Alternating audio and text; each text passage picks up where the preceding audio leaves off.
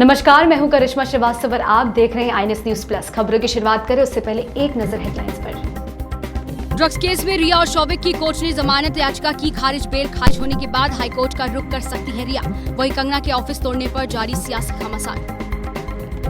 दिल्ली में 48,000 झुग्गी तोड़ने के फैसले पर सियासत तेज। कांग्रेस नेता ने सुप्रीम कोर्ट का किया रुख, तो वहीं आम आदमी पार्टी ने फिर बीजेपी पर साधा निशाना। मिशन गाजीपुर में कचरे के पहाड़ को साफ करने में जुटे बीजेपी सांसद गौतम गंभीर। 4R ट्रॉमल मशीन का किया गया उद्घाटन। कचरा साफ करने में पहले ही जुटी थी 8 मशीनें। सुशांत सिंह राजपूत मामले में ड्रग्स के कनेक्शन के आरोपों को लेकर गिरफ्तार रिया चक्रवर्ती को जमानत नहीं मिली है। फिलहाल उन्हें जेल में ही रहना पड़ेगा। तो दूसरी ओर आज देवेंद्र फडणवीस ने उद्धव सरकार पर दाऊद का नाम लेते हुए निशाना साधा है। देखें रिपोर्ट। सुशांत सिंह राजपूत की गर्लफ्रेंड रिया चक्रवर्ती जेल की सलाखों के पीछे कैद है। ड्रग्स कनेक्शन मामले में रिया को कोर्ट ने 14 दिन के लिए जेल भेज दिया है।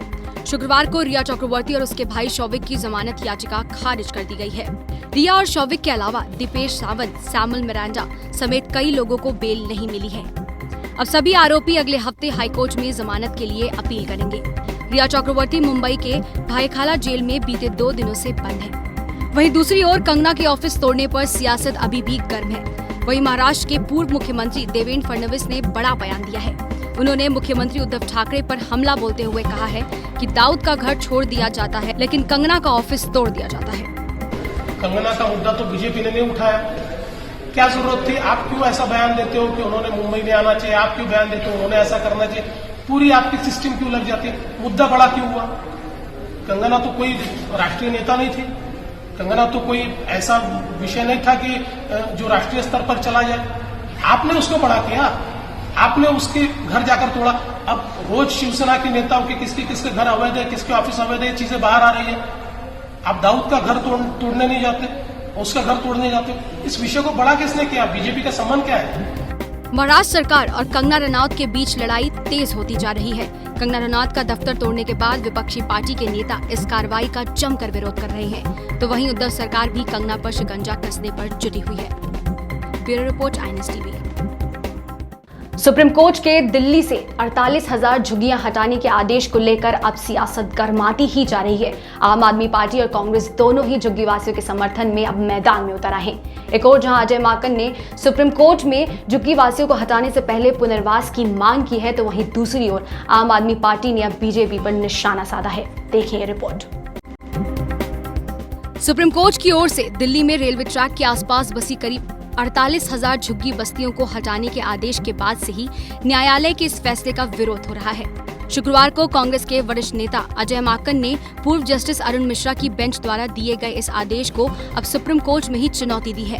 कांग्रेस नेता अजय माकन ने सुप्रीम कोर्ट का रुख करते हुए दिल्ली में रेल पटरियों के किनारे करीब 48,000 झुग्गियों में रहने वाले लोगों के पुनर्वास की मांग की है और कहा कि अगर झुग्गियों के बड़े पैमाने पर विध्वंस की कार्रवाई जारी रहती है तो इससे लाखों लोगों के प्रभावित होने और कोरोना के बीच बेघर होने की संभावनाएं हैं।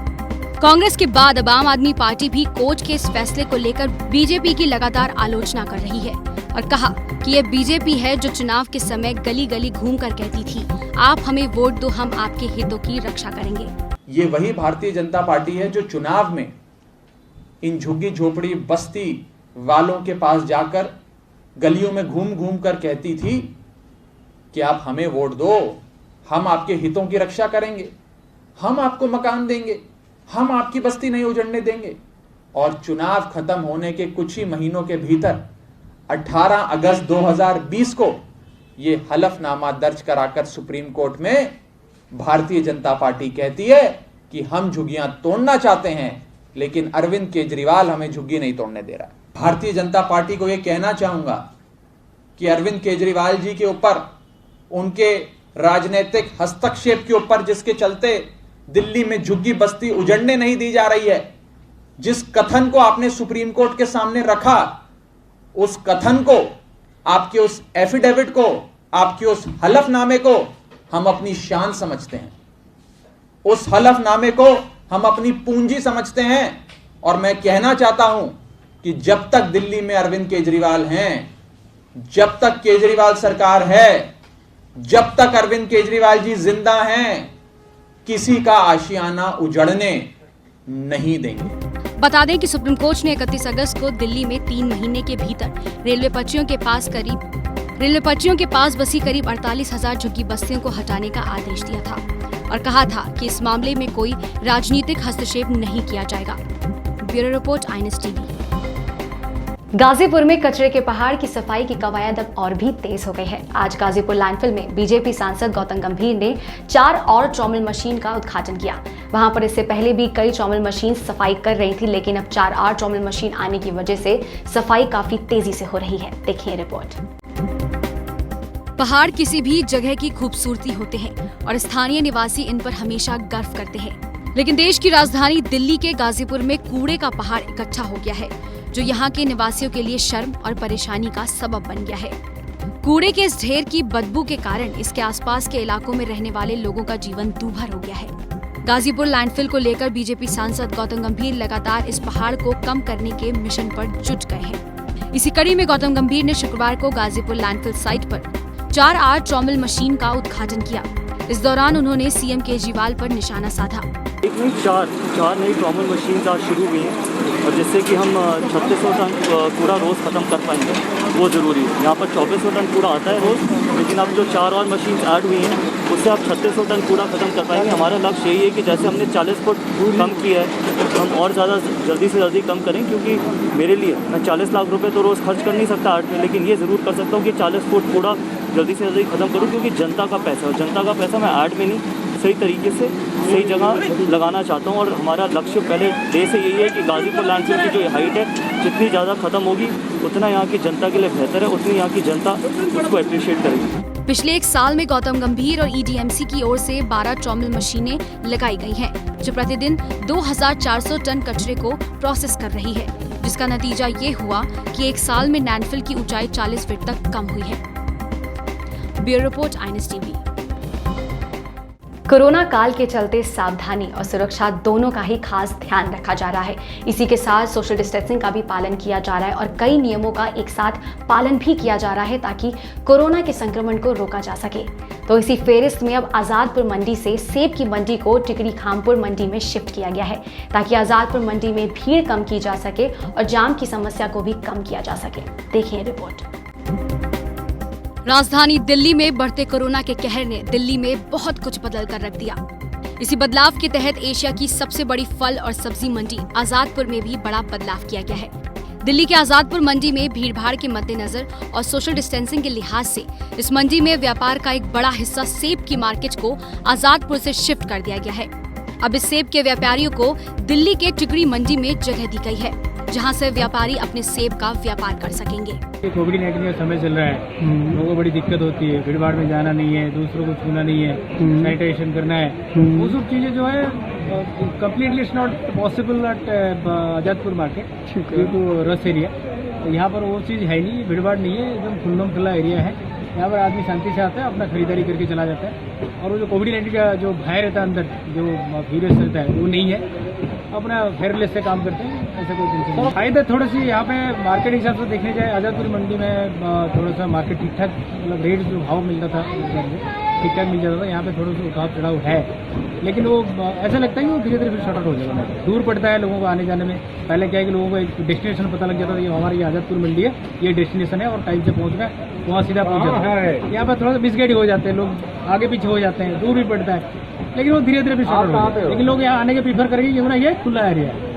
देखिए, अब जब सेब का सीज़न आता है तो चूँकि आज़ादपुर मंडी देश की सबसे बड़ी मंडी सेब की मंडी है, और पूरे देश से, शिमला से, कुल्लू से, कश्मीर से सेब यहाँ आता है, और यहाँ से फिर दूसरे प्रदेशों में और दूसरे देशों में सेब जाता है। तो सेब के सीज़न में आज़ादपुर मंडी में बहुत भीड़ होती थी। लगभग 500-600 ट्रक डेली मंडी के अंदर आते थे, और हालात ये होती थी कि मंडी के अंदर जाम लगता था, चलना मुश्किल हो जाता था।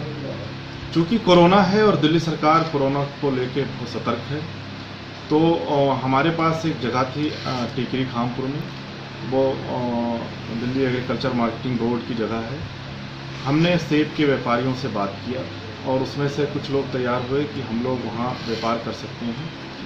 और उसके बाद माननीय मुख्यमंत्री जी के निर्देश पर हम गोपाल राय जी से मिले और सीएम साहब के आदेश पर वहाँ पर हम लोगों ने टेम्परेरी शेड बनाया और उसमें फिर कुछ सेब के व्यापारियों को वहाँ शिफ्ट किया गया है। लगभग 7,000 स्क्वायर फीट के 4 शेड बनाए गए हैं और उसमें अभी शिमला से जो भी सेब आ रहा है वो टिकरी खामपुर में बिक रहा है। उल्लेखनीय है कि टिकरी खामपुर की ये मंडी 7,000 वर्ग फीट में फैली हुई है। टिकरी खामपुर मंडी में सेब की मार्केट को शिफ्ट हुए करीब 1 महीने बीत गए हैं, जिसके बाद अब सेब के व्यापारी टिकरी खामपुर में नए अंदाज और नए सिरे से अपना व्यापार कर रहे हैं। टिकरी खामपुर मंडी को हाल ही में विशेष तौर पर सेब के लिए ही शिफ्ट किया गया है। हालांकि अभी इस मंडी में केवल शिमला के सेब ही आए हैं। Bureau report, INS TV. चोरी की कहानियां तो आपने काफी देखी होंगी और सुनी भी होंगी, लेकिन जो कहानी आज हम आपको बताने जा रहे हैं और दिखाने जा रहे हैं वो काफी अलग है, क्योंकि इस चोर की चोरी का तरीका ही इतना नायाब है जो हमने और आपने कभी नहीं देखा होगा। देखिए रिपोर्ट। एक चोर ऐसा भी जिसकी चोरी की कहानी और चोरों के मुकाबले काफी है। इस चोर के बारे में शायद ही आपने पहले कभी सुना होगा। वीडियो में दिख रहा है कि चोर का एक ही हाथ है और उसी एक हाथ से अंधेरे में चोरी करता है और एक हाथ से ही माचिस जलाकर अंधेरे कैमरे के अंदर लैपटॉप सहित महंगे सामानों की चोरी करता है। चोर का चोरी करने का तरीका अनोखा इसलिए है क्योंकि चोर चोरी करने से पहले एक फर्नीचर शॉप में घुसकर अंधेरे कैमरे में पहले एक हाथ से माचिस जलाता है और फिर घर से लैपटॉप, आईपैड और मोबाइल चोरी कर गायब हो जाता है। पिछले कुछ दिनों से सोशल मीडिया पर वायरल एक हाथ वाला चोर सीसीटीवी का वीडियो चर्चा का केंद्र बना हुआ था। ये वीडियो वसंत कुंज थाना इलाके का है। बहरहाल चोरी की वारदात को अंजाम देते वक्त वो शातिर चोर तीसरी नजर से बच नहीं सका और उसकी तस्वीर कैमरे में कैद हो गई। Bureau report, INS TV. Sushant Singh Rajput मामले के बाद से बॉलीवुड में इनसाइडर्स और आउटसाइडर्स की एक अलग ही डिबेट चल रही है। तो इसी डिबेट को लेकर एक्ट्रेस अदिति राव हैदरी से INS की संवाददाता दुर्गा चक्रवर्ती ने की कुछ खास बातचीत, आपको सुनाते हैं। So you exude positivity whenever I've spoken to you or whenever I see your interviews, you exude positivity. But at a time when there's so much toxicity in and around Bollywood or in and around social media, how do you keep yourself positive? Just by believing that one day it will sort out. Also by knowing that we can do something about it, you know. See, no industry is devoid of flaws. Yeah. We are also human beings. We also make mistakes. We also have our flaws. We also oversee certain things. But there's a very beautiful side to our industry too. You know, we all stick together. We are loyal. We don't, you know, we stand together. Whatever people might say, we really stand together. People have our backs. You know, people say outsider, insider. I can say that there are so many people I can call if I have a problem and they will help me, even though I'm considered an outsider, you know, but I don't like to consider myself an outsider. I feel that the industry is an inclusive space. Yes, it can be hard. It is tougher sometimes for some of us who don't have family within the industry, but isn't that so in any industry? Yeah. You know? So why do we single out the film industry like that? Like, I feel sad about that. And I feel like it's up to us, you know, if there are certain things that need to be looked into, we need to pay attention to them, we need to change them, we need to stand together, we need to make our industry a stronger, happier place, and we can do it. So I always feel like we have to live the change, and when we know that it empowers us, then what can bog me down? Nothing.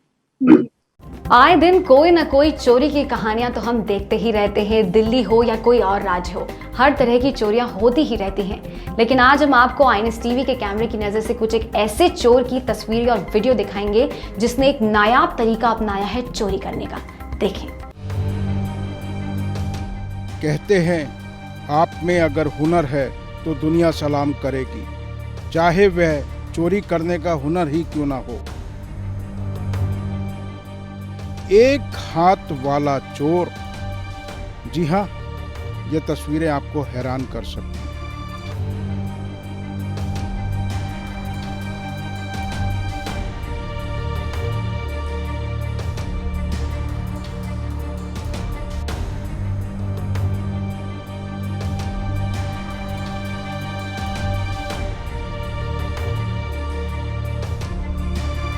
तो आज के bulletin में खबरों का सिलसिला इतना ही। इजाजत दीजिए, नमस्कार।